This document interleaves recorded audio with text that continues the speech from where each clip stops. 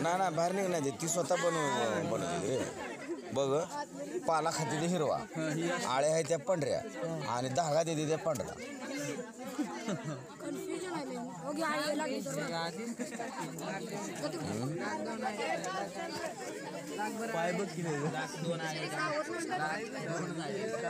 चावत नाही ती. हो इकडे बघा रे.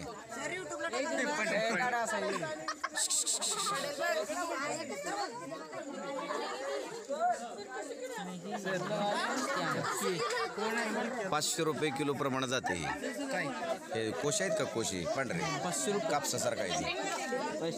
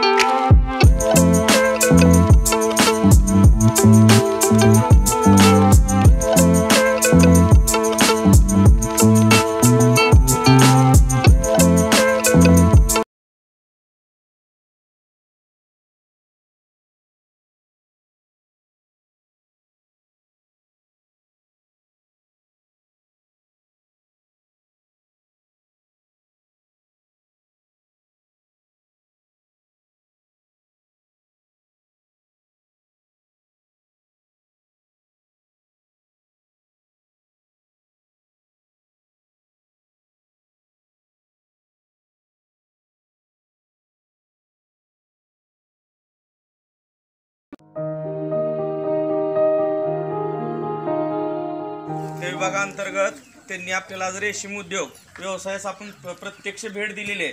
त्या व्यवसायामध्ये तुम्ही सर्वांनी पाहिलेलं आहे बघा. सुरुवातीला महत्त्वाचं काय असतं, जे सेटअप तुम्ही जर पाहिलं तर त्या ठिकाणी शेड पाहिलं बरोबर. शेड पाहिल्यानंतर आत शेड त्या ठिकाणी कोबा केलेला आहे, त्याचा निवारा असणं गरजेचं आहे. तर ते शेड साधारणपणे शेड उभा करण्यासाठी सरांना सुरुवातीला त्यांनी 3.5 लाख रुपये त्याला खर्च आलेला. तर त्यानंतर जो आतला सांगाडा आहे तो सुरुवातीला सरांनी नवीन खरेदी करायचा म्हणलं तर आणायचं म्हटलं तर त्याला जास्त रक्कम जात होती. मॅक्झिमम त्याची किंमत 1.5 ते 2 लाखापर्यंत जात होती. सरांची आमची जेव्हा चर्चा झाली तर भाळवणी या ठिकाणी भाळवणी एका शेतकऱ्यांचा हा उद्योग चालू होता. त्यानं जरा नवीन अपडेट पद्धतीने अजून सुरुवात केल्यानंतर तो सांगाडा मेटकरी सरांनी आम्ही जाऊन त्या ठिकाणी साधारणपणे 1 लाख रुपयापर्यंत आम्हाला तो स्वस्त सगळ्या अवस्थेत त्याचे किट सर्व आम्हाला गोष्टी मिळाल्या, तो खरेदी केलेला आहे. मग आता ह्या इथपर्यंत जर आपला टोटल खर्च पाहिला 3.5 आणि हे 1 लाख किती रुपये झाले? 4.5 लाख. त्यानंतर ज्या आळ्या असतात त्या 1 ते 2 दिवसाच्या आळ्या तुम्हाला विकत जाग्यावरती पोच भेटल्या जातात. जर त्यांचा व्यवसाय जर पाहिला तर त्या व्यवसायाचं जर निव्वळ प्रॉफिट आपण जर पाहिलं त्याचा कालावधी किती दिवस आहे, तो रेशीम उद्योग सुरू केल्यानंतर आज तारीख समजा किती आहे? 3 आहे ना. 3 ज्या दिवशी आळी जन्माला येते, जसं मनुष्य जन्माला येत असतो त्या 1 ते दुसऱ्या दिवशी आळी जाग्यावरती इथं पोच होत असते. मग तुम्हाला जर पाहिलं त्याच्या अतिशय लहान अवस्थेमध्ये ती आळी आपण सांभाळायची असते. मग आल्यानंतर त्यामध्ये त्या ट्रेमध्ये पेपर वगैरे खाली टाकलेले आहेत बघा. पेपर टाकून त्या आळ्या त्याच्यावरती ठेवल्या जातात. त्याचबरोबर तुम्ही अजून जर बारीक निरीक्षण केलं असेल, जे ट्रे दिसले तुम्हाला बरोबर उभे, त्याच्या खाली वाटीमध्ये पाणी ठेवलेलं होतं. कुणी विचार केला का ठेवलं असेल? आळीला पिण्यासाठी पाणी ठेवलेलं नाही. त्या ठिकाणी जर आळ्या असतील तर काळ्या मुंग्या लागतात छोट्या छोट्या. जर त्या मुंग्या आळीला लागल्या तर त्या आळी दगावण्याची शक्यता असते, आपलं नुकसान होणारं होऊ शकतं. त्यामुळे आपण त्या आळ्या जगल्या पाहिजेत. आता मेटकरी सरांनी हा उद्योग सुरू केला. लोक म्हणतात आळ्या दिसल्या आमच्या मुली, हे बघा इथे 2-3 आळ्या निघल्या, मुली उठून पळून जातील. पण ते अतिशय जसं आपल्या मुलीला सांभाळ करतात त्या पद्धतीनं त्या रेशीम आळ्या स्वतःहून त्यांचं सहकुटुंब सहपरिवार त्यामध्ये लक्ष देऊन ते सांभाळ करत असतात. मग आळी पहिल्या दिवशी आल्यानंतर त्याला पाला देणं गरजेचं. जो तुम्ही आता पाला पाहिला त्याला आहार काय लागतो, खायला काय द्यायचं, तर जो तुम्ही पाला पाहिला आत्ता बघा तुतीचा, तो पाला काय केला जातो, आळ्यांना सकाळ आणि संध्याकाळ त्याच्यावरती हंतरून व्यवस्थित असा ठेवला जातो. त्या आळ्या काय करतात, तो पाला, हिरवा जो पाला असतो तो आहारामध्ये खातात. तुम्ही जर पाहिलं एक 3-4 तासामध्ये आळ्यांना जर पाला टाकला तर त्या ठिकाणी फक्त काड्या तुम्हाला पाहायला दिसल्या बघा, दिसलं का नाही. तर त्या आळ्या पूर्णपणे तो पाला खातात. खाल्ल्यानंतर तुम्ही म्हणताल सर त्याची अवस्था जर पाहिली, त्याच्या आळ्यांच्याही 4 अवस्था आहेत.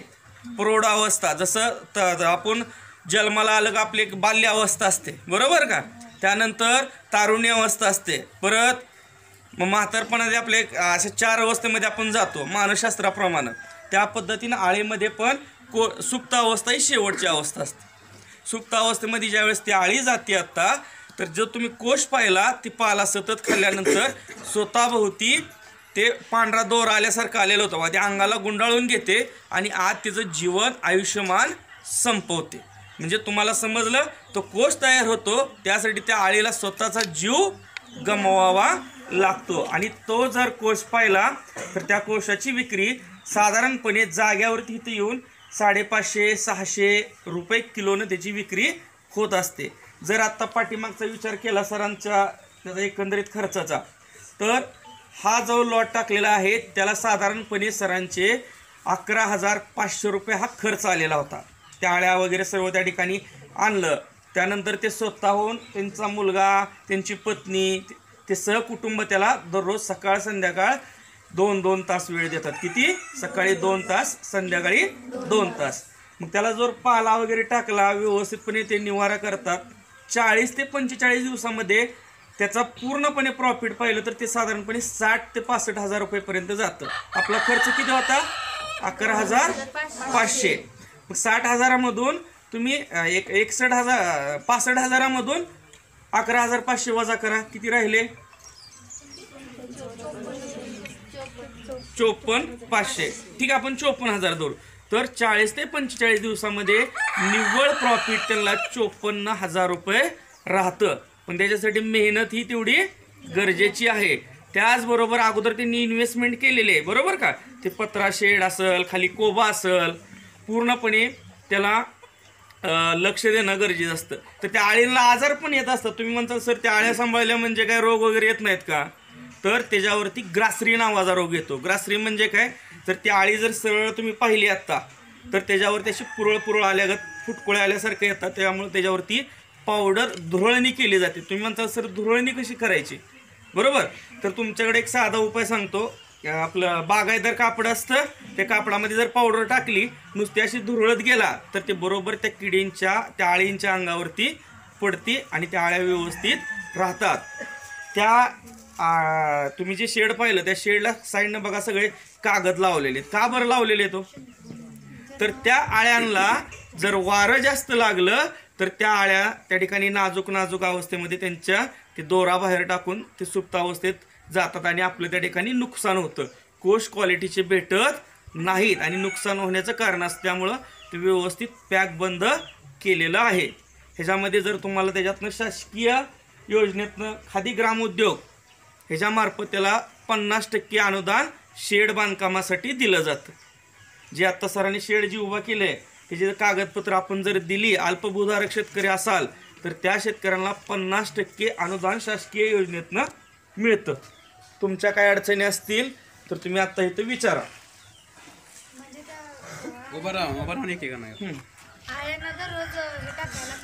हा, तर आळ्यांना सकाळी संध्याकाळी साधारणपणे सर दररोज 4-5 वाजल्यापासून तो पाला गोळा करतात.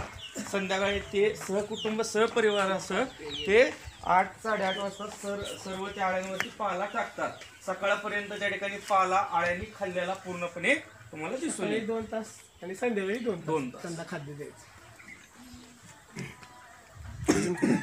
अजून सर माझा असा प्रश्न आहे की तुम्ही म्हणला की आळींचा कोषमध्ये रूपांतर होते, मग त्यानंतर ती अशी म्हणजे मरण पावत्यास काय ते म्हणला तुम्ही हा सुप्त अवस्थेत सुप्त अवस्था. मी असं ऐकलं की त्यापासून फुलपाखरू निर्माण होते किंवा हा तर त्याच्यामध्ये 4 अवस्था असतात आळीचा. पहिल्यांदा जन्म घेत असताना जर तुम्ही सोडता अंडी असतं बरोबर, अंड्यातनं काय बाहेर पडते आळी बरोबर, आळीनंतर फुलपाखरू पतंग बरोबर, ह्या अशा त्यांच्या 4 अवस्था आहेत. सुप्त अवस्था ही शेवटची अवस्था झाली. सुरुवातीला त्या आळ्या आपण विकतच आणतोय, त्याची निर्मिती कशी होणार आहे, आपण विकत आणलेले आहेत अंड्यामधून बरोबर. त्या आळ्या आपण 1 ते 2 दिवसाचं लहान लहान पिल्लं ज्या ठिकाणी सर आणतात सांभाळतात, त्याच्यामधून त्याचं रूपांतर कशात होतं आळीनंतर, जसं 10-21 दिवसानंतर त्याचं पतंगामध्ये रूपांतर व्हायला चालू होतं आणि 21 दिवसानंतर 27व्या ते 28व्या दिवसानंतर पुढील सुप्त अवस्थेमध्ये हळूहळू आळी जाते. सुप्त अवस्थेमध्ये जाते म्हणजे काय, जो तो पाला खाते तिचा तो पाला कमी प्रमाणात खायला जाते, सुस्त होते. तुम्ही जर पाहिलं, तुम्ही आता क्रिकेट खेळून आला आणि तुम्हाला जर जेवायला दिलं तर तुम्ही कमीत कमी 2 ते 3 चपात्या खाऊ शकता. तेच आपल्या कुटुंबातील आपली आजी असेल आणि आजीला म्हटलं चल आता तू 3 चपात्या खाऊ शकेल का, नाही.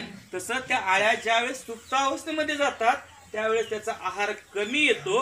आहार कमी आला का त्याचा जे कोशामध्ये स्वतःभोवती ते गुंडाळायला चालू करतात आणि त्याचा कोश तुम्ही पाहिलेला असेल सरांकडून बरोबर, तो कोशामध्ये त्याची निर्मिती होते. त्याचं प्रोडक्शन जर घ्यायचं असेल आपल्याला तर ते आळी काय करते, त्या कोशातून बाहेर येते आणि बाहेर आल्यानंतर ती अंडी घालते आणि अंडी घातल्यानंतर त्याचं जी काय छोटी हे अंडी घातलेली त्याचे परत रूपांतर आळीमध्ये तयार होते, करतात म्हणजे आळी तयार होती परत आणि परत एकदा फुलपाखरात रूपांतर होते. फुलपाखरू असं जी ते अवस्था 4 अवस्थेमधलं. बरं आता तुम्हाला हा प्रश्न पडला का की तुती आपण सरांनी केली, त्यांनी विक्री केली, ह्याच्यापासून पुढं काय बनतं किंवा काय तयार होतं असं कधी विचार आला का, आला ना, काय होतं असेल तुम्हाला असं वाटतं. ठीक आहे, दोरा, अजून कापड. जे तुम्ही खादी कापड वापरतो बघा की लोक पांढरी शुभ्र कापडे असतात, खादी ग्रामोद्योगामध्ये मिळतात, खादी कापड म्हणतो बघा आपण म्हणतो टेरिकॉट कापड आहे, माझा शर्ट आहे, माझा सुती कापड आहे, काय लोक म्हणतात खादीचं कापड आहे. तर त्याचे जे कापड असतात त्या कापडाला हे कापड तयार करण्यासाठी वापरलं जातं. हे जे कोश घेतले जातात त्याच्यामार्फत लहान लहान दोरे काढून त्याच्यापासून खादी कापड तयार केलं जातं. भारी भारी रेशमांच्या साड्या म्हणा, कापड तयार केलं जातं. भारी भारी वस्तू म्हणजे देवांसाठी जे ड्रेस असतात त्याच्यावर जी डिझाईन नक्षीकाम असतं ते ह्या रेशीमच्या धाग्यापासून तयार केलेलं असतं. ह्याचा धागा साईडला काढला जातो परत. मोठ्या प्रमाणात म्हणजे महाग जाते ना ते. सर्वसाधारण हे आपल्याकडे घेतानाच 500 ते 600 रुपये किलोप्रमाणे घेतात, पण ह्याचा धागा 1 किलो जर घ्यायचा म्हटलं तर 12 ते 15 हजार रुपये किलोचा धागा मिळतो. त्याचा रेट तेवढा आहे. त्याचा धागा 12 ते 15 हजार रुपये किलोनं धागा मिळतो, म्हणजे एवढं महाग आहे. ठीक आहे. हा, जे आता तुम्ही ते तुतीचा फोटो काढलेला पाहिला बरोबर, तर ते झाड किंवा ते खाद्य कसं तयार करतात, तर त्याच्या कांड्या काय केल्या जातात, कट केल्या जातात. कांड्या जसं जास्वंदीची कांडी कट करतात त्या पद्धतीने त्या कांड्या कट करायच्या. कट करतानाही त्याच्या एक पद्धत आहे बघा. तुम्ही जर कोणतीही झाडं लावताना जर सरळ सिकेटर म्हणजे ती कात्री असते झाडं कट करायची, तुम्ही डाळिंब छाटणीची कात्री पाहिलेली आहे, तर त्या कात्रीच्या साह्यानं काठी नेहमी सरळ कधी कट करायची नाही. कशी करायची, तिरकी जर कट केली तर ती कांडी ते रोप 100% यशस्वी होतं, म्हणजे ते लागून निघतं. त्याच्या कांड्या आपण तुम्ही कट करायच्या आणि कांड्या कट केल्या का त्याला छोटे छोटे डोळे असतात, त्याच्यातनं ते आपण आहे असं दंडामध्ये शेतामध्ये आहे अशी पाणी देऊन टोचायची, त्याला लगेच त्या ठिकाणी पालवी फुटते. आपण त्यांना असं खायला टाकायचं तर ते खायला काढताना त्याच्यावरच्या आळ्या निघणार नाहीत का बाजूला. हा, जर आता जे तुम्ही प्रश्न विचारला की आळ्यांना आपण पाला टाकतो बरोबर, पाला टाकत असताना काय केलं जातं, नुसतं असं आहेसा पाला काढला जाणार नाही. त्याच्या फांद्या असतात, लाकडाच्या फांद्या तुम्ही पाहिलं तर आहेशी फांद्या येत्या बघा त्याला, त्या फांद्या आहेशा ठेवल्या जातात. आळ्या पूर्णपणे पानं खातात आणि आहेशा काड्या राहिल्या का आपण काढत असताना आपण स्वतःहून काळजी घेऊन व्यवस्थित ते काटक्या साईडला काढायच्या. जर काटक्याला चुकून कुठेतरी आळी वगैरे आलेली असेल तर त्या पण व्यवस्थित तिथं ठेवायची, पण काही नुकसान आपलं त्या ठिकाणी होत नाही. फक्त ते हाताळत असताना आपण काय करणं गरजेचं आहे, आपल्याला कुठल्याही जखमा, आपल्याला हाताला कुठलं गचकरण असं ज्या काही गोष्टी असतील तर त्या आळ्यांजवळ आपण जायचं नाही, जेणेकरून आपल्या आळ्यांचं किंवा त्या रेशीम उद्योगामध्ये त्या शेतकऱ्याचं नुकसान होऊ शकतं. समजा बाबा माझ्या हाताला जखम झालेली आहे आणि मी आळ्या हाताळतोय, हातामध्ये घेतोय आणि त्या आळ्यांना परत रोग येईल का नाही, रोग येऊ नये म्हणून आपण काय करतोय, त्या ठिकाणी पावडरची धुरळणी करतोय. त्यामुळे आपण प्रत्येक वेळी त्याची काळजी घेणं गरजेचं आहे. अजून काय अडचणी आहेत का आपल्या? तुम्ही एकूण आळ्या किती आणता, म्हणजे तुम्ही तिथून आळ्या आणता ना, तिथून एकदम किती आणता महिन्याला? आता आपल्याकडे पाला किती उपलब्ध आहे शेतामध्ये आपल्या, त्या प्रमाणात ते आळ्या आपल्याला मागवायच्या असतात. पाला जेवढा उपलब्ध आहे, आता आपल्याकडे पाला एक 10 गुंठ्याचा होता, 15 गुंठ्याचा होता, तर सर्वसाधारण आपण त्याला 100 किलो या नगाप्रमाणे म्हणजे 40,000, एका 100 किलोमध्ये 40,000 आळी त्याच्यामध्ये बसती. तेवढ्या प्रमाणात आपण ते पाला आणू शकतो. तुम्ही जर पाहिलं आता तर तिथे 2 प्लॉट केलेले होते बघा सरांनी, फोटो काढलेला होता, तिथं आहे पाला आहे, त्याच्या खाली जर पाहिला तर पूर्णपणे पाला खायला घातलेला आहे, म्हणजे फांद्या कट करून ते पूर्ण सुकलेलं दिसलं तुम्हाला. म्हणजे त्यांचं पुढील नियोजन कसं होतं, ह्या ठिकाणी जो आता पाला आहे हा पाला फक्त ह्या लॉट पुरता झाला. आता हा लॉट साधारणपणे सरांचा एक 4 ते 5 दिवसामध्ये जाईल. तो गेल्यानंतर त्याची पूर्णपणे स्वच्छता केली जाते, ते ट्रे वगैरे ठेवलेत का, त्याची स्वच्छता केली जाते. त्यानंतर परत दुसऱ्या आळ्या आणल्यानंतर जो फोटो काढला तिकडचा पाला त्या लॉटसाठी वापरला जाईल. तोपर्यंत हा पाला फुटून येतोय पुढच्या लॉटला. म्हणजे त्यांचं नियोजन कसं आहे, 2 प्लॉट केलेत का नाही, अगोदर हा एक, त्यानंतर हा संपल्यानंतर हा. त्याचा पाला तुम्हाला बाहेर कुठे गेला तर विकत शक्यतो मिळत नाही. त्यासाठी प्रथमतः त्याची चाऱ्याची व्यवस्था करणं गरजेचं आहे. अजून काय अडचणी? थंडीचा काय परिणाम होतो का? राईट. तर त्याच्यावरती उन्हाळ्यामध्ये त्याचा परिणाम होतो, कारण आपण सुरुवातीला सांगितलं की त्या आळ्यांना कुठला रोग येतो, ग्रासरी नावाचा रोग येतो, उन्हाळ्यामध्ये येतो. मग त्या पत्रा हा आपला गरम होत असतो, बरोबर. पत्रा गरम झाला का त्याची ऊब त्या आळ्यांना लागणार आहे, आणि आळ्यांना जर ऊब लागली तर त्या आळ्या दगावण्याचं प्रमाण वाढतं, आणि आळ्या जर दगावल्या तर आपलं नुकसान होतं. तर त्यासाठी आपण काय करणं गरजेचं आहे, तुम्ही सिमेंटचा पत्रा वापरणं गरजेचं आहे वरती. कोणता? सिमेंटचा.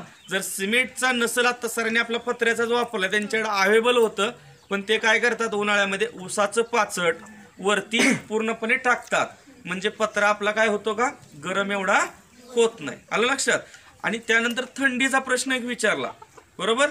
जर पावसाळा असेल तर जो पाला आहे, पाऊस पडल्यानंतर त्या पानावरती पाणी राहतं, तसा पाला आळ्या खात नाहीत, आणि आळ्यांनी नाही खाल्लं का आळ्या दगावतात. तर त्यावेळेस आपण काळजी काय घेणं गरजेचं आहे, तर तो पाला काढून आणल्यानंतर पूर्णपणे कापडाने सर स्वच्छ करतात, आणि फॅन खाली किंवा 200 व्होल्टेजचे जे बल असतात त्याच्या खाली तो वाळत ठेवतात. म्हणजे पूर्णपणे त्या पालावरती जो पाणी आहे ते काय होऊन जातं, निघून जातं. आणि आज पाला आणण्याला संध्याकाळी ते उद्या टाकतात. उद्या टाकल्यामुळं काय होतं, त्या आळ्या पूर्णपणे पानं व्यवस्थित खातात. थंडीच्या दिवसात त्यांना जे काही पोषण आहे ते चांगलं वातावरण मिळतं, आणि उन्हाळ्यात मात्र त्याचं पोषण होत नाही व्यवस्थित, त्याचा उष्णता जास्त होती त्यांना. ते थंडीच्या वेळेस उत्पन्न जास्त निघतं, आणि उन्हाळ्यात मात्र उत्पन्न कमी निघू शकतं त्याचं. अजून काय अडचणी आहेत का आपल्या? चला, काही अडचण असेल, मेटकरी सर आहेत, सरांचं नाव पूर्ण घ्या तुमच्याकडं, म्हणजे तुम्हाला ज्यावेळेस तुम्ही अहवाल बनवणार आहात, लिहिणार आहात, तर त्यावेळेस तुम्हाला डिटेल माहिती मिळू शकते.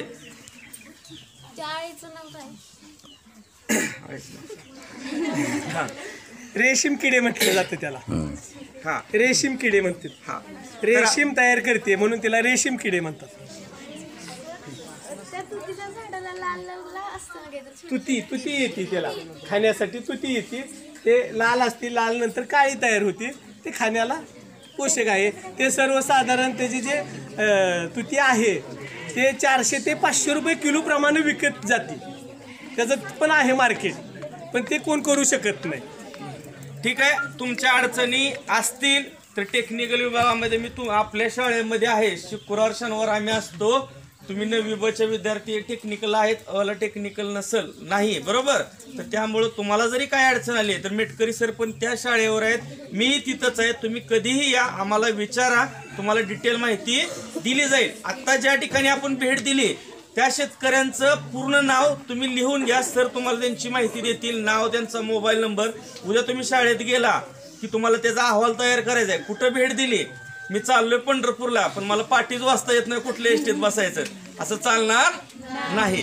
तर मेटकरी सरांनी त्यांनी त्यांचं पूर्ण नाव सांगावं, मोबाईल नंबर सांगावा, म्हणजे विद्यार्थी लिहून घेतील.